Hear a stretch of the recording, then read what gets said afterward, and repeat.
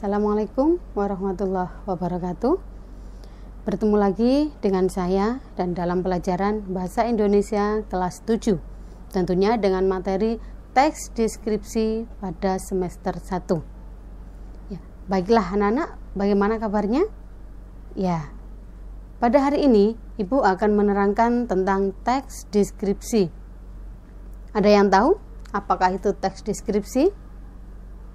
Atau mungkin kalian pernah mendengar atau melihat penayangan perjalanan pada layar kaca di rumah yang digambarkan dengan begitu menarik?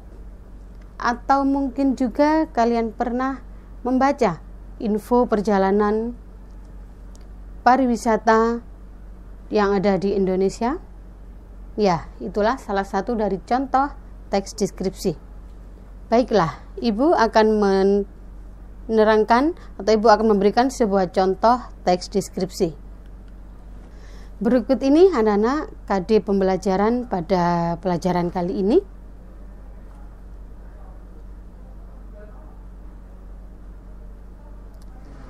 Dan tujuan pembelajaran pada kali ini.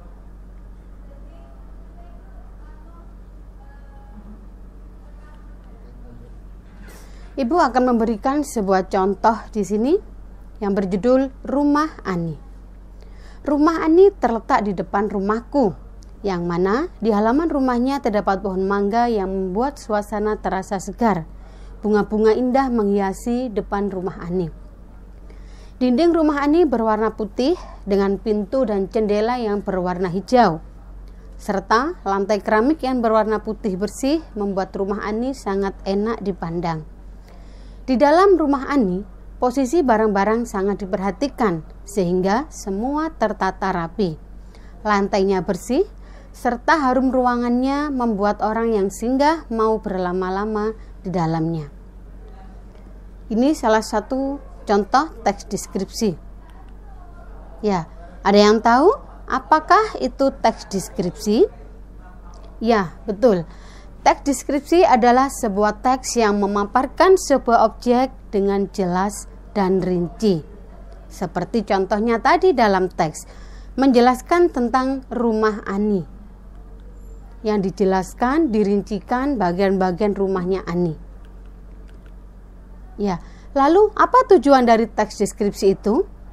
Yaitu untuk menggambarkan atau melukiskan secara rinci, sehingga pembaca seakan-akan melihat, mendengar, atau mengalami apa yang dideskripsikan. Bisa dipahami anak-anak? Ya, kita lanjut. Lalu, bagaimana dengan ciri-ciri teks deskripsi? Ya, yang pertama, menggambarkan objek bersifat khusus. Artinya, objek yang digambarkan, objek yang dideskripsikan itu bersifat khusus. Contoh, kucingku, rumahku. Berarti yang dijelaskan hanya kucingku dan hanya rumahku, bukan rumah. Kalau rumah berarti perinciannya secara umum. Yang kedua, isi teks berisi rincian bagian-bagian objek, seperti bentuk, ukuran, dan warna, dan lain sebagainya. Seperti pada contohnya teks rumah Ani tadi, ada bagian-bagian rumah yang dijelaskan atau dirincikan dalam teks itu. Ciri yang ketiga, melibatkan kesan indera, seolah-olah si pembaca ikut melihat, mendengar, ataupun merasakan tentang objek yang dideskripsikan. Lalu, bagaimana dengan struktur teks deskripsi? Ya, strukturnya ada 3. Yang pertama, identifikasi atau gambaran umum yang berisikan tentang gambaran umum suatu objek yang akan dideskripsikan. Misalkan, bisa dari pengertiannya, maknanya, ataupun asal-usulnya. Ya, contoh pada teks tadi, rumah Ani terletak di depan rumahku. Berarti secara umum rumah Ani terletak di depan rumahku. Halaman rumahnya terdapat pohon mangga. bunga-bunga indah menghiasi rumah Ani. Itu adalah gambaran umum tentang rumah Ani. Struktur teks yang kedua yaitu deskripsi bagian, yang isinya adalah rincian dari bagian-bagian objek yang dideskripsikan. Pada rumah Ani tadi menjelaskan tentang dinding rumah Ani berwarna putih dengan pintu dan jendela yang berwarna hijau. Bagian-bagian dari rumah Ani yang dideskripsikan adalah dinding rumah Ani. Ya, yang ketiga adalah simpulan atau kesan. Simpulan berisikan pendapat dari si penulis atau kesan penulis terhadap apa yang dideskripsikan tadi.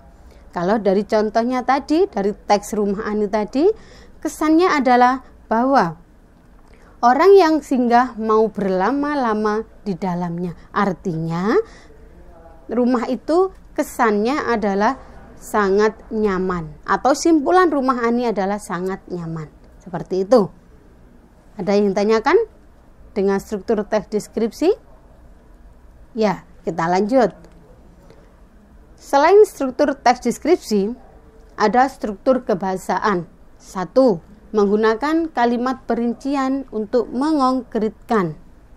Contoh, ibuku orang yang baik. Orang yang baik itu dirincikan, baiknya dirincikan. Tidak pernah marah, suka menolong orang. Ibu yang baik hati. Ibu yang selalu sayang kepada anak-anaknya. Jadi baik di sini adalah harus dirincikan dengan kalimat-kalimat untuk mengonkretkan kata baik. Ya, struktur yang kedua yaitu menggunakan kata-kata sinonim dengan emosi kuat. Sinonim adalah persamaan kata. Contoh, kata indah. Sinonimnya molek, bisa kata elok, atau bisa juga kata cantik. Atau bisa juga diwakili dengan kata enak dipandang di sini. Struktur kebahasan yang ketiga yaitu menggunakan kalimat yang menggunakan cerapan panca indera, seolah-olah dapat didengar, dilihat, atau dirasakan. Ya, dari sini ada yang tanyakan? Ya, kita lanjut. Struktur kebahasan yang keempat yaitu menggunakan kata dengan kata dasar berawalkan huruf K, P, T, dan S. Kata dasar yang berawalkan huruf K, P, T, dan S jika mendapatkan imbuhan me, dia akan lebur atau luluh. Contoh, sapu mendapatkan imbuhan me menjadi menyapu. Tulis menjadi menulis, dan lain sebagainya. Struktur kebahasan yang kelima menggunakan kata depan di dan menggunakan huruf kapital. Kata depan di sini mempunyai dua fungsi, yaitu 1 di sebagai imbuhan dan 2 di sebagai kata depan.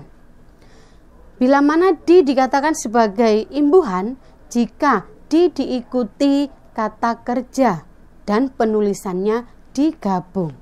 Contoh, dilempar, dimasak, itu penulisannya digabung.